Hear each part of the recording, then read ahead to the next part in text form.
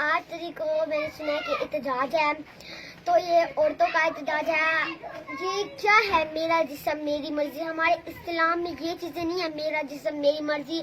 हमारे इस्लाम में सिर्फ ये है कि अपने सर पे दुपट्टा होना चाहिए और सर से दुपट्टा ना उठना चाहिए। ये जो सारी आप डंडे वाले देख रहे हैं ना, ये हमारी फौज है।